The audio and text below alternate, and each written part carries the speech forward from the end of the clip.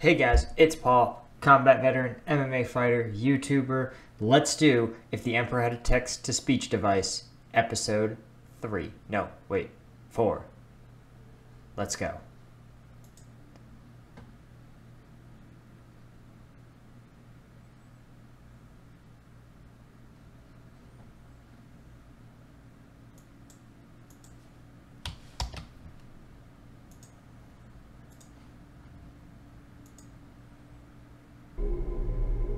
Actually, I think I have to go now. Stop. You were telling me about this Inquisition thing. Oh, hold it. Wow, I think that's your regular everyday meal of 1,000 sacrificed souls being prepared. Better go and check on it. What was that? Nothing, my lord. Nothing at all. I mean, I assume the Emperor would know that 1,000 souls a day are being sacrificed to him. Right? Because he would feel their psychic energy. Also, unclear, does the Emperor see everything that's happening in the warp? Like, can the warp look out and see what's going on in real space? And does time I wonder if the Emperor would perceive time as a warp being in the same way. I'll just go now. What the? You are not going anywhere until you tell me about the Inquisition. How did you do that? Have you forgotten? I'm the fucking Emperor. I sit around and randomly shit out warp storms daily because I have nothing better to do. Yeah, that sounds like a thing the real Emperor would do. Also, he just seems to have been showing up randomly more and more in the lore. Now, tell me.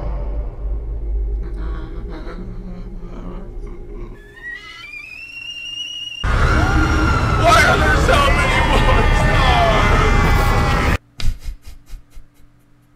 Okay, that was actually pretty good. I was really expecting him to have another uncomfortable conversation about the Inquisition, but this is even better. I think I shat out at least 5 warp storms during that presentation. Really? Oh, so he had, like, slides. What the fuck have you all become? Labor camps and sterilizations? Murder millions over bare superstition? Excommunication of actually loyal Astartes?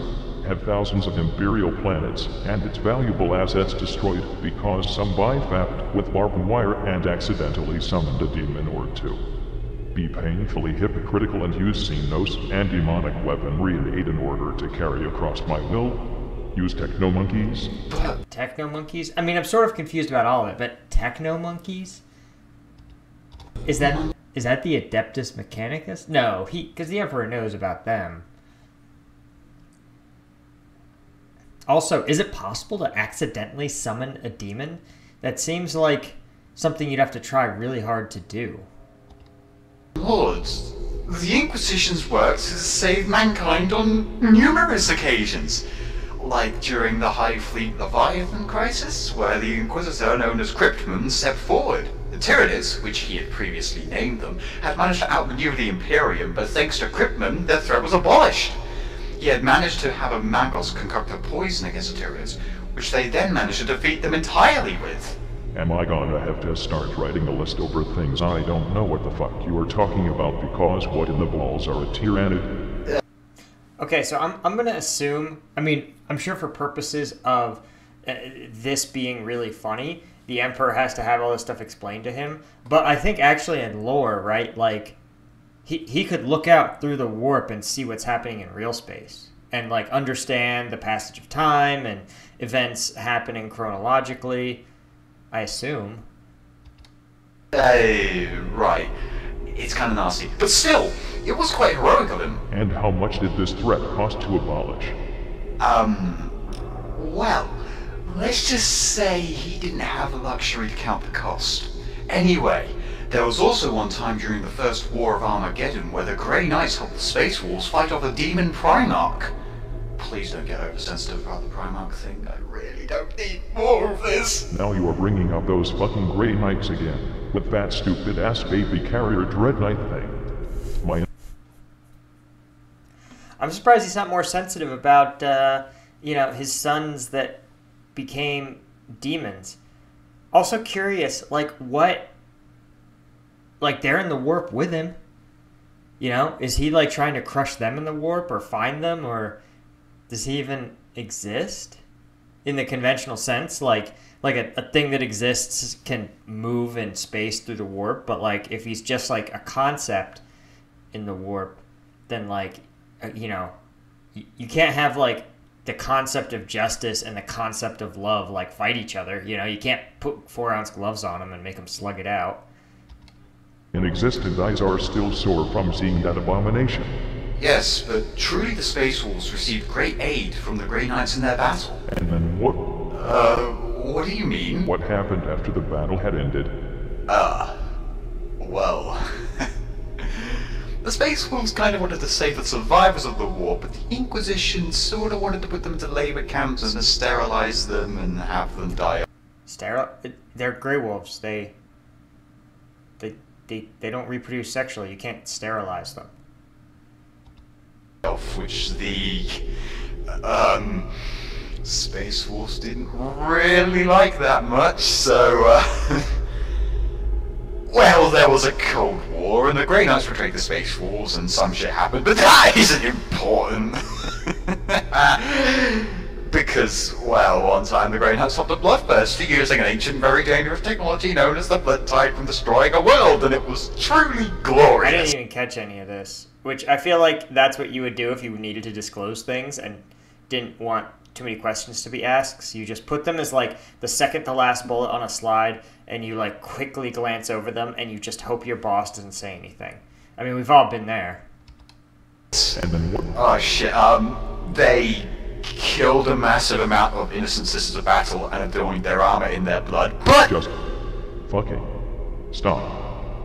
This organization, however it came to fucking be, was obviously pure, concentrated, whole-brain stupidity, and whoever came up with the idea to create it in the first place is obviously a fucking idiot. Actually, I'd say every organization in the Imperium seems to just behave that way. It's just the Imperium, or the Inquisition seems to have just even less accountability, which is sort of incredible, given that no one's really in charge of anything in the Imperium. And yeah, and obviously based on this, they spend most of their time killing each other. They walk around and do whatever they fucking feel like while laughing really snarky at the plebeian communities they see before them, all while having themselves and all their troops ornate in loads of fucking shit.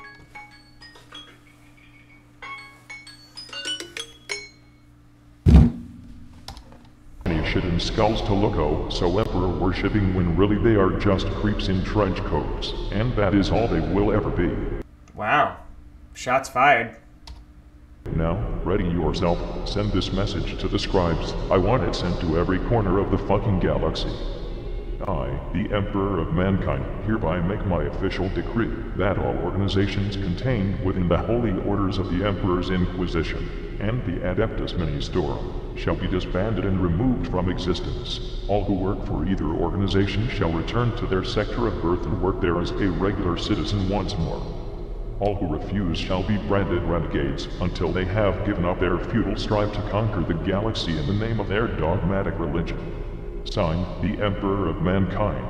Yes! Whoa. Yeah, okay, the plot thickens, right? What was originally just like a goofy premise, now the Emperor is issuing decrees. I shall go ahead and do that immediately, my lord. I'll be back when I'm finished. This is all fucking nuts. Seriously, how could an organization like this spring into Exista? Wait a moment, I remember something. Shit fuck. This can't be for real. Malcador. Okay, now the plot's getting real thick. Are we gonna time travel? Are we gonna flashback?